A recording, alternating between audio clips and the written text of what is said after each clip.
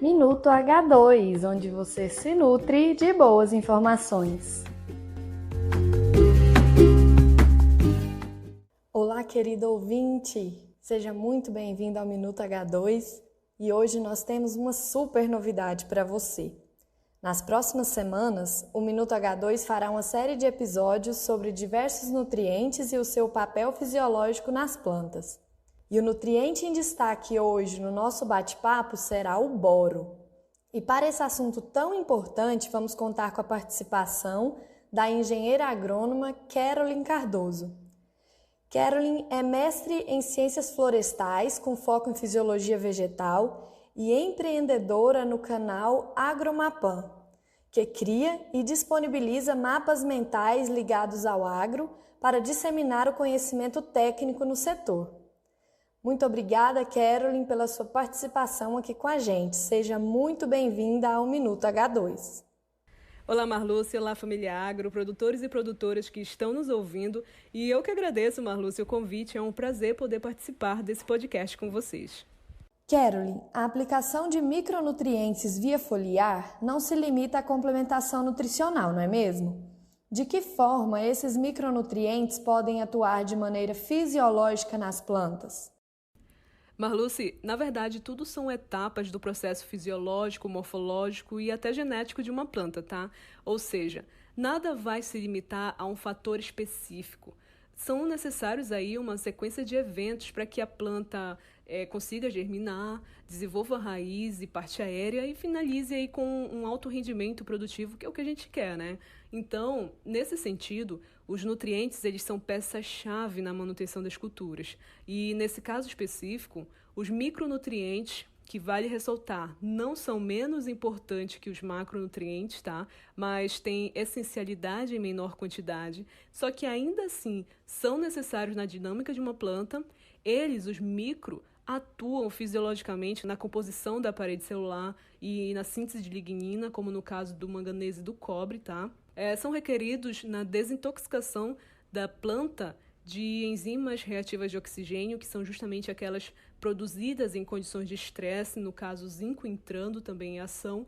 E, de forma geral, aqui os micronutrientes têm papel fundamental como constituintes de estruturas orgânicas, constituintes e ativadores de enzimas, função na osmorregulação e ainda com função no metabolismo, reprodução e até proteção contra estresse biótico e abiótico, tá?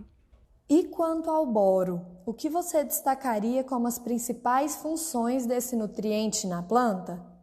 Bom, a determinação das funções de boro na nutrição de plantas ela tem sido objeto aí de muitas pesquisas durante os anos. E é interessante a gente entender que o conhecimento dessas funções atribuídas ao boro, ela tem importância fisiológica. Então, falando aí em parede celular, o boro está envolvido no movimento do cálcio para dentro das células.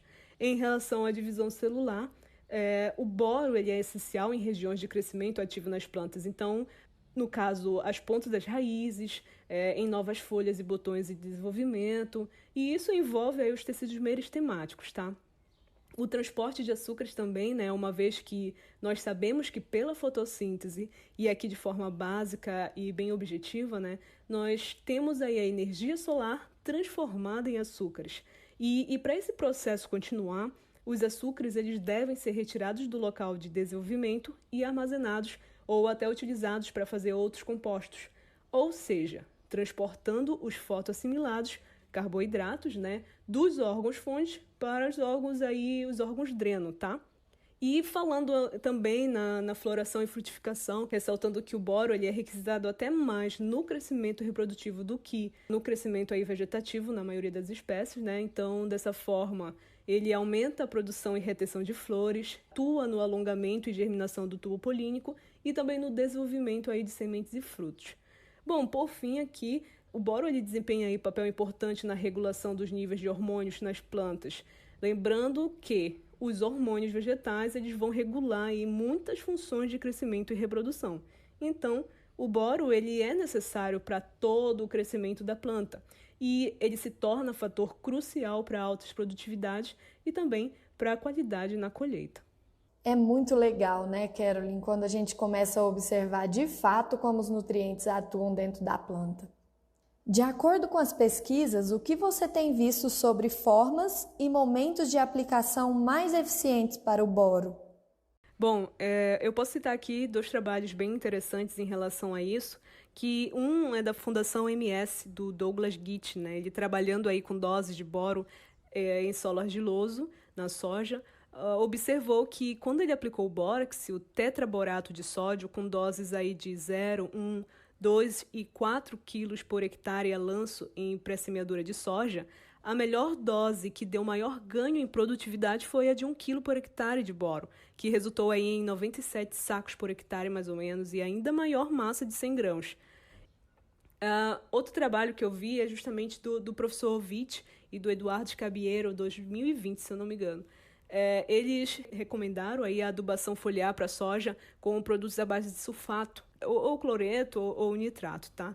E é um manejo com adubação foliar para lavouras aí de soja de alto rendimento. Então, observou-se a recomendação da aplicação de manganês, zinco, cobre, molibdênio, cobalto e níquel, mas no início do ciclo, em que a gente pode aí até tirar um pouco do molibdênio e do cobalto do tratamento de sementes e colocar via foliar, tá?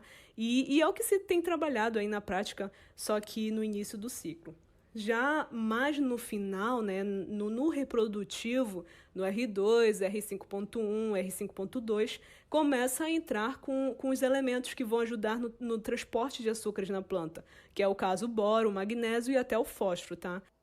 A complexação do boro com substâncias como a monoetanolamina, conhecida como MEA, tem sido usada em alguns produtos comerciais à base de boro. Em quais aspectos essa prática de complexação contribui para a estabilidade e eficiência da aplicação do nutriente? Marluce, dentre os fertilizantes com boro, nós temos algumas opções solúveis que pode aí diluir em água para aplicar em dissecação da lavoura ou junto com algum herbicida, por exemplo, tá? E nisso o boro MEA entra, o boro monoetalonamina, né? De forma que ele é em suspensão, ou seja, ele é na forma líquida. Então, acaba sendo mais fácil de trabalhar, tá? Assim, essa complexação, ela contribui ou até possibilita uma melhor absorção de boro e até uma menor toxidez. E para finalizar, a gente sabe que muitos produtores ainda não estão atentos à importância do manejo nutricional como um todo, né, Caroline? Muitos ainda estão focados apenas no nitrogênio, fósforo e potássio, o famoso NPK. Qual recado você daria para os produtores que negligenciam a importância dos micronutrientes?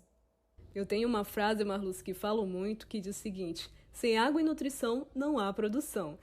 Claro, muitos são os outros fatores, né, que podem limitar a produção, mas especificamente aqui, os nutrientes eles são essenciais em todo o metabolismo da planta. E o bom posicionamento deles vai manter melhor a planta em campo, ou seja, uma boa nutrição, né, uma nutrição equilibrada vai ajudar a cultura a resistir a condições de estresses ou incidências de doenças, tá? Então, família agro, produtores e produtoras, pensar hoje em altas produtividades sem um manejo nutricional via solo ou foliar é totalmente fora de questão, tá bom? E ainda, manejo sem adubação com micronutrientes é ainda mais limitante para a cultura. Então, a aplicação foliar em sistemas de alta produtividade é uma complementação necessária, sim, em que nós precisamos tratar com mais cuidado, com mais capricho, entrando com micronutrientes, justamente para não deixar que em nenhum momento a planta sinta a deficiência nutricional deles, tá bom? Marluce, muito obrigada mais uma vez e a toda a equipe também. Nós estamos juntos no Mundo Agro e que não esqueçamos, né? Teoria e prática andam juntos.